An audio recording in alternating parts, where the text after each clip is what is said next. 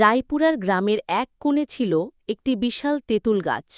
গ্রামের মানুষরা যেটিকে মায়াবী তেঁতুল বলে ডাকত, কারণ গাছের ছায়ায় দুপুরের জ্যোৎস্নার আলোও যেন নরম হয়ে যেত।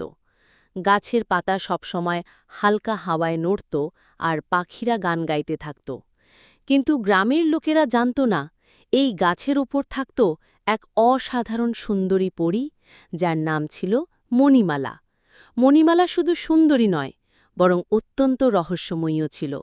তার চুল কালো জ্যোৎস্নার মতো ঝলমল করত, আর চোখের রং ছিল গভীর সবুজ, যেন এক অদৃশ্য জগতের দরজা। গ্রামের ছেলেমেয়েরা তাকে কখনো দেখেনি সরাসরি, তবে তারা গল্প শুনেছে যে গাছের ছায়ায় কখনো কখনো ঝলমল আলো জ্বলে, আর পাখিরা আচমকা চুপ হয়ে যায়। একদিন বিকেলে সূর্য ঢলতে ঢলতে গাছের ওপর থেকে হালকা